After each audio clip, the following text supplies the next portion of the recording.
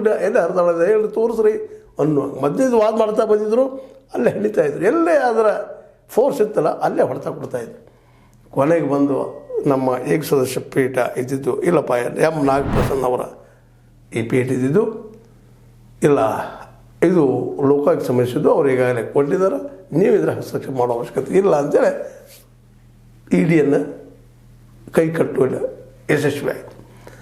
ಆದರೆ ಇಲ್ಲಿಗೆ ನಿಲ್ತಾರನ್ನ ಹೇಳಿದ್ರೆ ಇಡಿಯವರು ಸ್ವಲ್ಪ ಜನ ಅಲ್ಲ.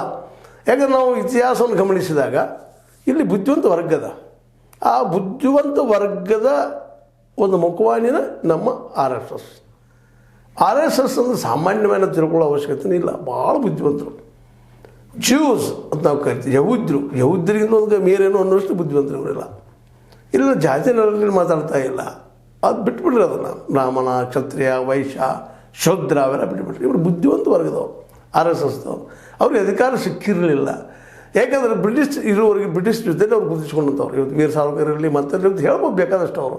ಹೌದು, ಆರಂಭ ದಿನಗಳಲ್ಲಿ ವೀರ ಸಾವರ್ಕರ್ ಹೌದು, ಅವ್ರು ನಿಜವಾದ ಏನು ದೇಶಭಕ್ತಿ ಇರ್ತಾರೆ. ಆದರೆ ಯಾವಾಗ ಅವರು ಕಾಳಾಪಾನಿಯನ್ನು ಹೋಗಿ ಸಿಕ್ಕೊಂಡು ಬಂದರು ಹೊರಗೆ, ಅದರ ನಂತರದಲ್ಲಿ ಅವರು ಬರೆದು ಕೊಟ್ಟು ಮಾಡಿ ರಾಜ್ಯ ಆಗಿ ಉಳ್ಕೊಂಡು ಬಂದಂಥವ್ರು. ಇವರು ಸಹಿತ ಜೊತೆ ಬಂದವರು. ಈ ಬಹದ್ದೂರ ಅವ್ರು ದೊಡ್ಡ ದೊಡ್ಡ ಹೆಸರಿದ್ದಂಥವ್ರು ಇದ್ದಾರೆ ಬ್ರಿಟಿಷ್ ಸಮಯದಲ್ಲ, ಅವರೆಲ್ಲ ಸರ್ಕಾರಕ್ಕೆ ಬದ್ಧಾಗಿದ್ದಂಥವ್ರು.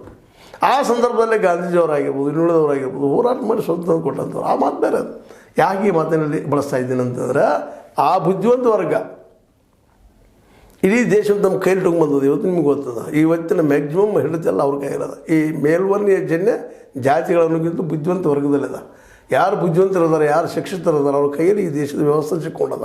ಇಲ್ಲಿ ದಡ್ಡರು, ಬರೆಯಲಿಕ್ಕೆ ಬರಲಾರದಂಥವ್ರು, ಬರೀ ಅಕ್ಷರ ನೆಲೆದಂಥವ್ರು ಇಲ್ಲ, ಕೇವಲ ದುಡಿದು ತಿನ್ನೋದಕ್ಕಷ್ಟ ಬಾಧ್ಯರಿದ್ದಾರೆ. ಅವರಲ್ಲೂ ಕೆಲವರು ಇತ್ತೀಚೆಗೆ ಕಲ್ಕೊಂಡು ಮಾಡಿ ಶಿಕ್ಷಣ ಸಿಕ್ಕ ನಂತರ ಈಗ ಸಿದ್ದರಾಮಯ್ಯನಂಥವ್ರಾಗಿರ್ಬೋದು, ಅಂಬೇಡ್ಕರ್ ಅಂತವ್ರಾಗಿರ್ಬೋದು, ದೇವರಾಜ ಅರಸನಂಥವ್ರಾಗಿರ್ಬೋದು, ಇನ್ನುಳಿದವರು ಅನೇಕ ಇರ್ಬೋದು, ಕಾಂಶಿರಾಮನಂಥವ್ರಾಗಿರ್ಬೋದು, ನಮ್ಮ ಮಾಯಾವತಿ ಅಂತವರಾಗಿರ್ಬೋದು, ಅನೇಕರು ಬಂದರು ಹೊರಗೆ ಬರ್ತಾ ಇದ್ದಾರೆ. ಆದ್ರೆ ಪ್ರಮಾಣ ಭಾಳ ಕಡಿಮೆ. ಆ ಜನಸಂಖ್ಯೆಯನ್ನು ನೋಡಿದಾಗ 80-85